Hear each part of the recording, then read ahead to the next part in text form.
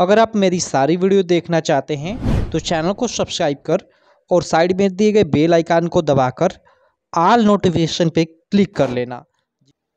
Hey guys, कैसे हो आप लोग। दिस इज योर नीलेश पिया। बहुत बहुत स्वागत करता हूँ आपका Nilesh academy class 10th YouTube channel पे। दोस्तों, इस वीडियो में हम लोग यूपी बोर्ड क्लास 10th वालों के लिए इस वीडियो में 2020 का एक क्वेश्चन पेपर है जिसका कोड है 825 NX। इसके जितने भी ऑब्जेक्टिव क्वेश्चन और जो मैप वाले प्रश्न हैं उन सभी को हम लोग सॉल्व करेंगे। देखो, इस बार का यानी 2023 का जो बोर्ड एग्जाम होने वाला है इसमें आप लोग का पेपर का पैटर्न बदल गया है, ये आप सब जानते हो, ठीक है। और उससे रिलेटेड मैंने वीडियो भी बना रखा है, आप चैनल पे जाकर प्लेलिस्ट में जाकर देख सकते हो नया पैटर्न, ठीक है। जिसमें आप लोग को शुरू में 20 मार्क का ऑब्जेक्टिव क्वेश्चन पूछा जाएगा। लेकिन ये जो प्रीवियस ईयर पेपर है इसको लगाना बेहद जरूरी है, क्योंकि आप लोग का जो क्वेश्चन आएगा वो प्रीवियस ईयर पेपर से ही ज़्यादातर आएगा। देखो, आप लोग का पेपर पैटर्न में चेंज हुआ है, ऐसा नहीं कि आप लोग की बुक बदली है। तो बुक तो वही है तो क्वेश्चन तो वही होंगे, तो इस बात को आप समझो। प्रीवियस ईयर पेपर का काफ़ी बड़ा महत्व होगा आप लोग के बोर्ड एग्जाम में। और खासकर एक सीक्रेट मैं आपको बताता हूँ। देखो, जैसे 2022 का बोर्ड एग्जाम अभी हुआ है ना, तो 2023 के बोर्ड एग्जाम में इस 22 के मतलब पेपर से कम प्रश्न आएंगे। लेकिन ये 22 से पीछे के यानी 20 के और 19 के जितने भी पेपर होंगे उनसे भर भर कर 23 में क्वेश्चन आएंगे। तो जितने भी 2020 के और 19 के आप लोग को पेपर मिलते हैं सबको आप लगा डालो, ठीक है। बाकी मैं एक एक कर सब मतलब सॉल्व कराऊंगा ही। तो आप अभी तक चैनल को सब्सक्राइब नहीं किए हो तो चैनल को सब्सक्राइब कर लेना और बेल आइकन को भी दबा लेना, जिससे मैं जो भी वीडियो बनाऊं उसकी नोटिफिकेशन आपको मिलती रहे। और जी हाँ मेरे दोस्त, आप नए पैटर्न का कि मतलब 2023 में आप लोग का कैसे आएगा, चलिए मैं आपको बता ही देता हूं। देखो, 20 आप लोग का 20 मार्क का ऑब्जेक्टिव आएगा जिसका आपको MR शीट पे आंसर देना होगा। और 4 मार्क के 8 प्रश्न आएंगे, लेकिन केवल 4 का ही उत्तर देना होगा। तो वहाँ से 16 मार्क और 6 मार्क के भी 8 प्रश्न आएंगे, लेकिन केवल 4 का ही उत्तर देना होगा। तो 6 का 24 नंबर ये और 10 नंबर आप लोग का मानचित्र संबंधित प्रश्न। तो इस प्रकार ये 70 मार्क हो गया और 30 मार्क का प्रैक्टिकल यानी 100 मार्क का आप लोग का पेपर हो जाएगा, ठीक है। तो चलो, इस वीडियो में जो 2020 का ये आप लोग का क्वेश्चन पेपर है इसके जितने भी ऑब्जेक्टिव हैं, ठीक है, 12 इसमें ऑब्जेक्टिव हैं और प्लस 10 आप लोग का मानचित्र संबंधित प्रश्न। 12, 10, 22 नंबर का हम लोग प्रश्न इस वीडियो में देख लेते हैं। इधर मैं आता हूँ, 1 मिनट, इसको मैं इधर आ जाता हूँ। देखो, यहाँ पे थोड़ा मैं इसको ये ऐसे फोल्ड कर लेता हूँ, चलो कोई दिक्कत नहीं। यहाँ पे देखो, खंड क के अंतर्गत यहाँ बहुविकल्पीय प्रश्न है और फर्स्ट यहाँ पे प्रश्न आप लोग देख सकते हो। थोड़ा मैं जूम कर दूँ कि आपको मतलब अच्छा दिखाई दे। 1848 की फ्रांसीसी राज्य क्रांति के फलस्वरूप, अब ऑप्शन है इसमें कि चार्ट है कि क्या हुआ कि 1848 की फ्रांसीसी राज्य क्रांति के फलस्वरूप क्या हुआ।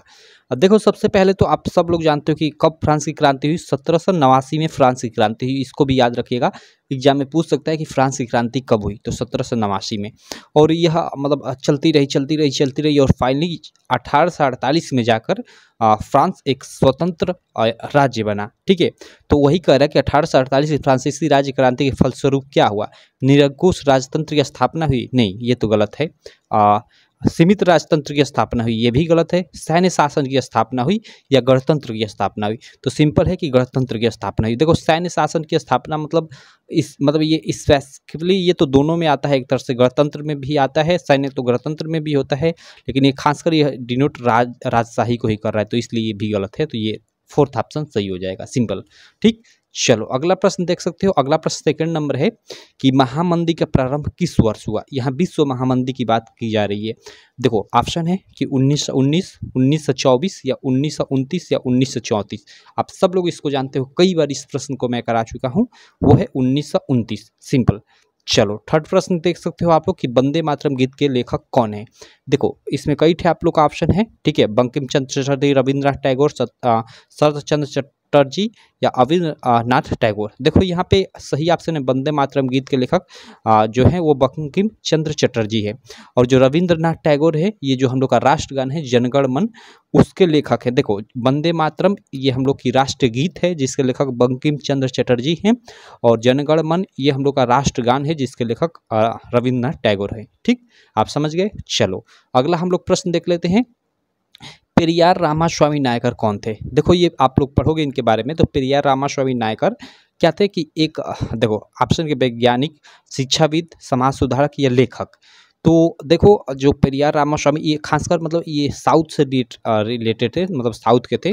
ये एक समाज सुधारक थे और एक काफ़ी हिंदू थे, और शायद हिंदू में भी ब्राह्मण मतलब समाज के थे, लेकिन मतलब काफ़ी मतलब हिंदू लोगों को ये कोसते थे, मतलब एक तरह से इनको मतलब हिंदू विरोधी कहा जाता है। हाँ, चलो कोई दिक्कत नहीं, डिटेल में हम लोग नहीं जाते हैं बहुत ज़्यादा। पेरियार रामास्वामी नायकर कौन थे? तो एक समाज सुधारक थे, सिंपल। ठीक, अगला देखो, अगला प्रश्न हम लोग देख लेते हैं 5वां, कि धर्मनिरपेक्ष राज्य में, जो धर्मनिरपेक्ष राज्य होता है उसमें क्या होता है? देखो सिंपल है, हम लोग का भारत भी एक धर्मनिरपेक्ष राज्य है। धर्मनिरपेक्ष राज्य मीन्स जहाँ सभी धर्मों के लोग रह सकते हैं, सभी को समान महत्व दिया जाता है। तो देखो यहाँ पे ऑप्शन है कि धर्म का कोई स्थान नहीं है, गलत है भाई, है। एक राष्ट्र एक धर्म में विश्वास, ये भी गलत है भाई।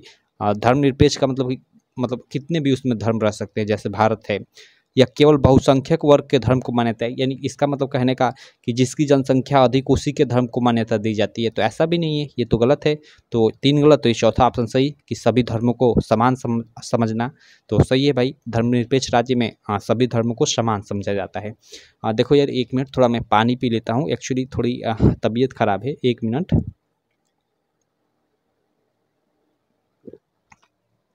ओके, चलो अब हम लोग 5वें के बाद इधर 6 नंबर प्रश्न पे आ जाते हैं।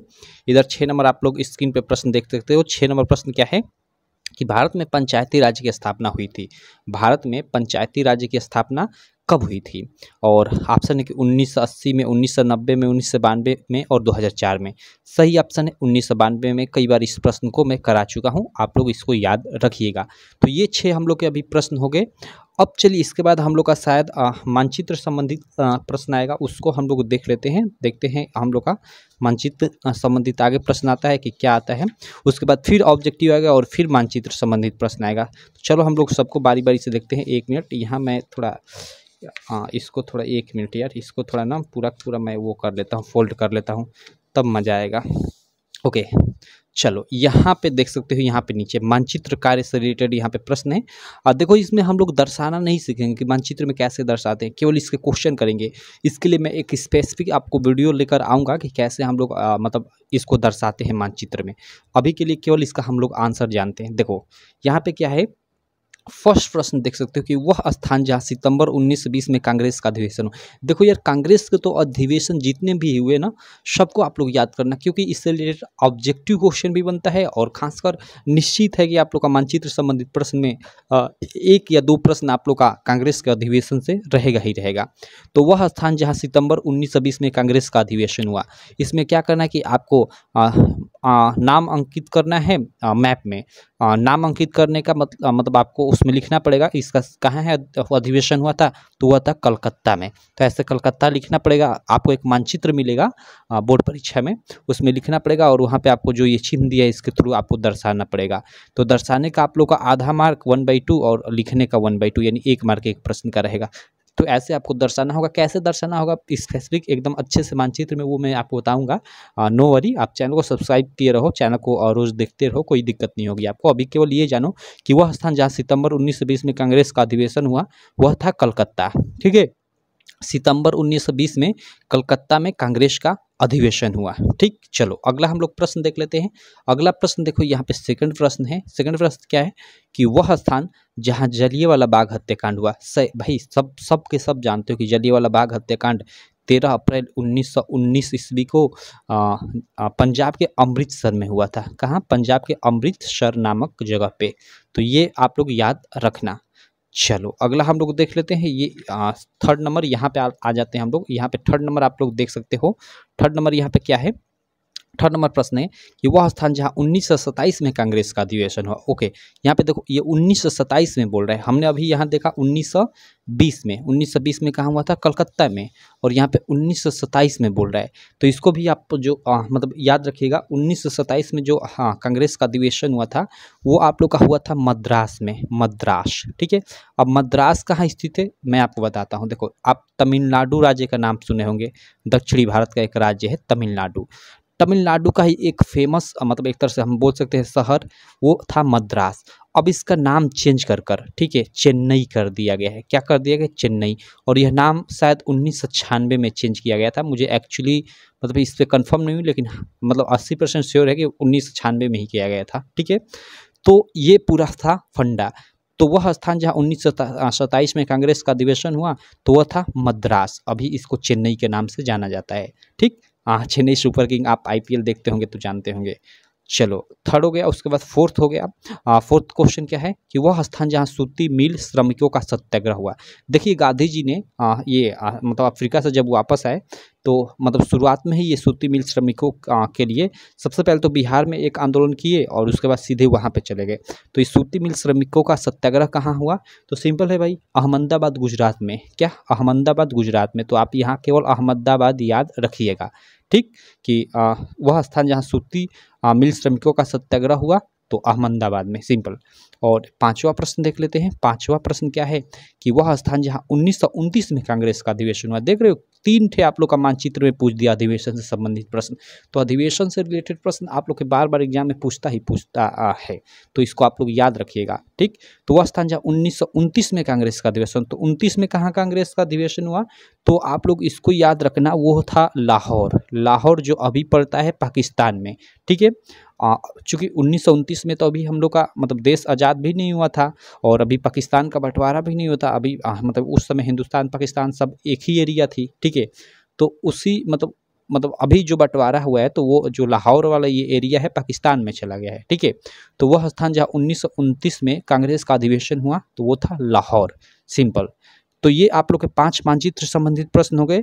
ये आपको भूगोल से देखो, आप लोग का ये भी मैं आपको बता दूं, जो मानचित्र संबंधित प्रश्न होते हैं ना, वो आप लोग के जैसे देखो, आप लोग की बुक में मेनतः 4 पार्ट होते हैं। एक होता है इतिहास, एक दूसरा होता है भूगोल, ठीक है, और थर्ड होता है एक राजनीतिक शास्त्र, एक तरह से बोल सकते हैं, यानी जिसमें आप राजनीति के बारे में पढ़ते हो, और एक फोर्थ हो गया आप लोग का इकोनॉमिक्स, यानी एक अर्थशास्त्र।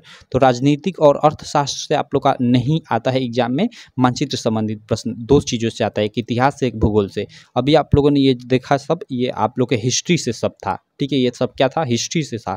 अभी हम लोग आगे देखेंगे तो आप लोग का वो भूगोल यानी ज्योग्राफी से संबंधित मतलब ये मानचित्र संबंधित प्रश्न रहेगा। तो चलो उसको भी हम लोग देख लेते हैं, लेकिन उससे पहले हम लोग यहाँ फिर ऑब्जेक्टिव प्रश्न कुछ हैं उनको देख लेते हैं। देखो यहाँ खंड ख के अंतर्गत बहुविकल्पीय प्रश्न यहाँ पे लिखा हुआ है, और चलो इसको हम लोग देख लेते हैं। ये शायद ये भी प्रश्न आप लोग के मतलब मुझे लग रहा है कि ये सारे के सारे प्रश्न ये भूगोल से ही संबंधित होंगे आपके। चलो कोई दिक्कत नहीं, देख लेते हैं कि निम्न में कौन अजैवीय संसाधन है। ओके, अजैवीय संसाधन, यहाँ पे अजैवीय संसाधन क्या होता है? देखो, जो 2 संसाधन होते हैं, एक अजैवीय और एक जैवीय या जैव संसाधन इसको बोल देते हैं, इसको अजैव संसाधन बोल देते हैं। जैव संसाधन मीन्स वह संसाधन जिसमें जीवन व्याप्त होता है, सिंपल। और जैसे पशु हो गया, मछलियाँ हो गई, पौधे हो गए, इन सब में जीवन व्याप्त होता है। लेकिन चट्टान में या फिर हम लोग की गाड़ी हो गई, मोबाइल हो गई, इनमें तो जीवन व्याप्त नहीं होता है। तो ये सब अजैव संसाधन के अंतर्गत आ जाएंगे। तो अजैव संसाधन हमें पूछा है तो ये फर्स्ट ऑप्शन सही हो जाएगा, क्योंकि चट्टानों में जीवन व्याप्त नहीं होता है, सिंपल। ठीक, अगला देखो 15 के बाद 16 नंबर प्रश्न क्या है कि निम्न में से कौन खरीफ की फसल है। ओके, देखो खरीफ की फसल, देखो 2 मुख्य फसलें होती है, खरीफ की फसल, एक रबी की फसल। अभी मतलब रबी की फसल क्या होती है? जो अभी जाड़े के मौसम में अभी बोई जाती है। जैसे आप लोग अभी देख रहे हो, अभी गेहूँ बोया जा रहा है, चना बोया जा रहा है, ठीक है, मतलब अरहर बोई जा रही है। तो ये सब जो होते हैं इनको हम रबी की फसल बोलते हैं। और खरीफ की फसल जो मतलब एक तरह से उधर मतलब जैसे आप देखते होंगे धान बोते होंगे, धान के दिनों में यानी बरसातों के दिनों में बोया जाता है। तो धान हम लोग का क्या है? खरीफ की फसल है। लेकिन देखो जो कपास है ना, इसको भी खरीफ के फसल के अंतर्गत रखा गया है। तो ये ख और ग, ये सेकेंड और थर्ड दोनों प्रश्न मतलब ऑप्शन सही है। और देखो यहाँ मतलब ये ख और ग मतलब बोल रहा है कि ये दोनों सही हैं यहाँ पे, तो ये ऑप्शन बिल्कुल राइट हो जाएगा 100%। ठीक, चलो आई होप आप लोग को ये भी समझ में आ गया होगा। 15-16 हो गया। देखो 15-16 उधर हमने 6 देखा, एक तरह से देखे तो ये 7 नंबर हो गया, ये 8 नंबर होगा, लेकिन ये प्रश्न के अनुसार इसको 15-16 मतलब दे दिया है। तो चलो कोई दिक्कत नहीं, हम भी 15-16 बोलते नहीं तो कन्फ्यूजन हो जाएगी। इधर मैं आ जाता हूँ, 1 मिनट, सॉरी थोड़ा टाइम लगे, कोई दिक्कत नहीं यार, आराम से हमें पढ़ना है, कोई तेज़ी नहीं है। इसको थोड़ा मैं वो कर लेता हूँ, फोल्ड कर लेता हूँ। ओके, चलो यहाँ पे हम लोग इस प्रश्न को देख लेते हैं। ये प्रश्न क्या है? 17 नंबर आप लोग देख सकते हो कि एक वस्तु का अधिकांशतः प्राकृतिक प्रक्रिया से उत्पादन कहा जाता है। मतलब कोई वस्तु है, उसका मतलब ज़्यादातर जो उत्पादन हो रहा है वो किस प्रक्रिया से? प्राकृतिक प्रक्रिया से, प्राकृतिक रूप से हो रहा है। उसको हम लोग उत्पादित नहीं कर रहे हैं। तो वह किस मतलब चीज़ के अंतर्गत आएगा। यहाँ पे लिखा है कि प्राथमिक क्षेत्र के अंतर्गत आएगा, कि द्वितीय क्षेत्र के अंतर्गत आएगा, तृतीय क्षेत्र के अंतर्गत आएगा, या सूचना प्रौद्योगिकी। ये तो साफ गलत है, सूचना प्रौद्योगिकी कोई इसका मतलब ही नहीं है। देखो जो भी वस्तुएं होती हैं अगर उनका अधिकांशतः प्राकृतिक प्रक्रिया द्वारा उत्पादन होता है तो वह सभी की मतलब जो वस्तुएं होती है वो सभी के सभी प्राथमिक क्षेत्र के अंतर्गत आती हैं। तो इसका जो ऑप्शन होगा वो हम लोग का फर्स्ट यानी क सही हो जाएगा, सिंपल। चलो सेकंड प्रश्न हम लोग देख लेते हैं। सेकंड प्रश्न आप लोग स्क्रीन पे यहाँ पे देख सकते हो। 18 नंबर प्रश्न क्या है कि झारखंड का कोडरम अग्रणी उत्पादक है। देखो झारखंड का कोडरम एक जिला है, ठीक है, और यह जिला अब्रक उत्पादन के लिए फेमस है, ठीक है। अब्रक यहाँ सबसे अधिक मतलब अब्रक पाया जाता है। एक तरह से बोले तो झारखंड के कोडरम में शायद भारत के मतलब सभी जगहों से यहाँ पे सबसे ज़्यादा अब्रक का उत्पादन किया जाता है, यानी अब्रक यहाँ पे पाया जाता है, सिंपल। तो यहाँ पे झारखंड का कोडरम अग्रणी उत्पादक है किसका, तो अब्रक का, ठीक। चलो अगला हम लोग 18 के बाद 19 नंबर प्रश्न देख लेते हैं कि पंजाब में भूमि निम्नीकरण का प्रमुख कारण है। ओके, पंजाब में जो भूमि निम्नीकरण का प्रमुख कारण है वो क्या है, उसका मतलब सही ऑप्शन है खनन क्रिया वनोन्मूलन अधिक सिंचाई। कई बार हम लोग इस प्रश्न को देख चुके हैं। उसके बाद चलो अगला हम लोग प्रश्न देख लेते हैं 20 नंबर। 20 नंबर प्रश्न क्या है कि निम्न में किस राज्य के प्रति व्यक्ति आय सर्वाधिक है। Okay, Haryana, Bihar, Rajasthan, Haryana, simple. हरियाणा की क्या है कि प्रति व्यक्ति आय सर्वाधिक है, ठीक। ये 20 हमने प्रश्न देख लिया। अब देखो इधर हम लोग इस बगल आ जाते हैं और आप लोग का मैं आ जाता हूं और 5 ठे हम लोग के मानचित्र संबंधित प्रश्न हैं उनको हम लोग देख लेते हैं। उसके बाद हम लोग का काम खत्म हो जाएगा। यहाँ पे देखो ये हम लोग के मानचित्र कार्य से संबंधित प्रश्न है, यहाँ पे देख सकते हो ये आपके भूगोल से संबंधित है और 5 ठे प्रश्न हैं। पाँचों को हम लोग कर लेते हैं। देखो ये आप लोग का पता नहीं, ये मतलब ये मतलब जो दृष्टि कमजोर वाले लड़के होते हैं उनके लिए सब होता है, आपको ये करना होता है। तो चलो इसको हम लोग कर लेते हैं। इसमें देखो फर्स्ट जो प्रश्न है आप लोग स्क्रीन पे देख सकते हो कि नागार्जुन सागर बांध, मतलब इस चिन्ह द्वारा आपको नाम सही दर्शाना है मैप में। तो मैंने आपको पहले ही बताया कि मैप में मैं दर्शाना मतलब आपको बताऊंगा थोड़ा बाद में, अभी केवल इसका आंसर आप जान लो। तो देखो नागार्जुन सागर बांध कहाँ स्थित है, सबसे पहले तो ये हमें जानना पड़ेगा कि नागार्जुन सागर बांध कहाँ स्थित है। तो देखो जो नागार्जुन सागर ये बांध है ना, सबसे पहले तो ये किस नदी पे बना है, तो ये सबसे पहले मैं आपको बता दूं कि कृष्णा नदी पे बना है। ये आप लोग याद रखिएगा, ये ऑब्जेक्टिव में पूछ देता है कि नागार्जुन सागर बांध किस नदी पे बनाया गया, तो कृष्णा नदी पे बनाया गया। और कहाँ बनाया गया है, तो आप लोगों ने तेलंगाना की जो राजधानी हैदराबाद से मतलब 150 किलोमीटर दूर पे ये स्थित है नागार्जुन सागर बांध, यानी ये हैदराबाद में एक तरह से स्थित है, हम लोग बोल सकते हैं, ठीक है, कि नागार्जुन सागर जो बांध है वो हैदराबाद में स्थित है, सिंपल। अगला है मतलब इसका मतलब सेकंड प्रश्न कि कपास उत्पादन का क्षेत्र चिन्ह द्वारा नाम सहित आपको दर्शाना है। लेकिन चलो हम लोग कपास उत्पादन का कोई एक क्षेत्र जान लेते हैं। कपास उत्पादन के क्षेत्र में आप लोग जानते हो कि महाराष्ट्र फेमस है, ठीक है, महाराष्ट्र आप लोग का फेमस है, गुजरात फेमस है, ठीक है। तो ये दो आप लोग नाम याद रख सकते हो। उसके अलावा चलो यहाँ पे मतलब इसका मतलब थोड़ा आप डीप में भी जाकर याद रख सकते हो, लेकिन इतना आप लोग के लिए काफ़ी होगा, कोई दिक्कत नहीं। फर्स्ट सेकंड हो गया। थर्ड हम लोग का कि बक्साइड उत्पादन का एक क्षेत्र इस और नाम सही दर्श बक्साइड उत्पादन का एक क्षेत्र और मतलब आपको लिखना है और इस मतलब इस चिन्ह द्वारा आपको मानचित्र में दर्शाना है, ठीक। बार बार मैं बोल रहा हूँ कि मानचित्र को हम लोग बाद में पढ़ेंगे दर्शाना। यहाँ सबसे पहले देख लेते हैं कि बक्साइड उत्पादन का एक क्षेत्र। तो बक्साइड उत्पादन के बहुत सारे क्षेत्र हैं आप लोग का, जैसे एमपी भी है, मध्य प्रदेश, आप लोग का झारखंड है, ठीक है, उड़ीसा है। उड़ीसा में तो सबसे ज़्यादा मतलब बक्साइड पाया जाता है, ठीक है। तो इस तरह से आप कोई भी आप लोग अपने मानचित्र में दर्शा सकते हो। अगर स्पेसिफिक जगह की हम लोग बात करें तो एमपी में एक जगह है अमरकंटक कर शायद, हाँ, अमरकंटक कर एक शहर मतलब जगह है, वहाँ पे मतलब स्पेसिफिक जगह पे ये बक्साइड का मतलब उत्पादन होता है, सिंपल, ठीक। तो आप लोग इसको याद रख सकते हो। उसके बाद यहाँ पे हैदराबाद नगर चिन्ह द्वारा आपको नाम सही दर्शाना है। तो मैप में आपको वहाँ मिलेगा, तो उसमें हैदराबाद कहाँ स्थित है आपको हैदराबाद नगर को दर्शाना है। तो नीचे आप लोग जानते हो, नीचे साउथ में एकदम नीचे हैदराबाद, तेलंगाना की राजधानी हैदराबाद आप जानते होंगे, मैप देखे होंगे तो उसमें जानते होंगे। बाकी मैं आपको भरना सिखाऊंगा, पहले आप इन क्वेश्चन को याद करें कि हैदराबाद नगर चिन्ह द्वारा, इसका तो कोई मतलब नहीं, इसको तो हम दर्शाएंगे तभी इसका आंसर पता चलेगा। और ब्रह्मपुत्र नदी चिन्ह द्वारा आपको नाम सही दर्शाना है। ओके, तो देखो ब्रह्मपुत्र जो नदी है ना, मतलब ये चलो इसको भी ये भी एक ऐसा प्रश्न है जिसको हम लोग को दर्शाने से ही क्लियर होगा, ठीक है, क्योंकि इसमें पूरा दर्शाना पड़ेगा कि कैसे कैसे ब्रह्मपुत्र नदी ऐसे जाती है, ठीक है, थोड़ा दिखाना पड़ेगा। तो इन दोनों क्वेश्चन को हम लोग दर्शाएंगे तो ज़्यादा बेटर रहेगा, ठीक है, और वहीं पे हम लोग नाम लिखेंगे। तो चलो वो मैं कराऊंगा आपको, नो मतलब आपको कोई टेंशन लेने की जरूरत नहीं है। अभी जितना मैं आपको बता रहा हूँ ना, उतना चीज़ें आप लोग याद रखना, ठीक। तो ये था हम लोग का जो ये पेपर था, हम लोग का क्या था, सामाजिक विज्ञान का 2020 का 825 NX कर इसके हमने सारे के सारे ऑब्जेक्टिव और प्लस हम लोग का जो भी था मानचित्र संबंधी प्रश्न उसको हमने देख लिया। और बाकी देखो मैं जो भी प्रश्न लाता हूँ सब्जेक्टिव टाइप वाला, जैसे 4-4 नंबर 3-3 मार्क या 2-2 मार्क वाला, ठीक है, तो उनको भी आप लोग याद करिएगा। वो भी मैं कहीं ना कहीं इन्हीं पेपरों से लेता हूँ और उसको बताता रहता हूँ। तो देखो इस बार जो ये देखो जैसे इन दोनों प्रश्नों को मैं बता चुका हूँ, ये 3-3 मार्क के प्रश्न है, लेकिन इस बार के बोर्ड एग्जाम में आप लोग जानते हो कि 3-3 मार्क के आप लोग के प्रश्न नहीं आएंगे, 4-4 मार्क के आएंगे। तो ये दोनों प्रश्न 4-4 मार्क में आ सकते हैं। दोनों के दोनों प्रश्न काफ़ी इंपॉर्टेंट है और इनको मैंने करा रखा है। तो आप चैनल पर जाकर मतलब जो सामाजिक विज्ञान की प्ले लिस्ट है उसमें आप लोग प्ले लिस्ट वाले सेक्शन में जाओगे तो वहाँ पर बहुत सारी चीज़ें मिल जाएंगी आपको। जितना भी प्रीवियस ईयर का पेपर मैं करा रहा हूँ वहाँ पर मैं प्ले लिस्ट में ऐड करता रहता हूँ। तो आप लोग जाकर चैनल पर आप लोग जरूर देखना वो वीडियोज़, ठीक है। बाकी आप बताना कि ये वीडियो आपको कैसी लगी। वीडियो अच्छी लगी तो यार चैनल को सब्सक्राइब कर देना, वीडियो को लाइक कर देना और अपने सारे दोस्तों में इस वीडियो को शेयर भी कर देना। तो चलो मैं मिलता हूँ आपसे नेक्स्ट वीडियो में, तब तक के लिए थैंक यू।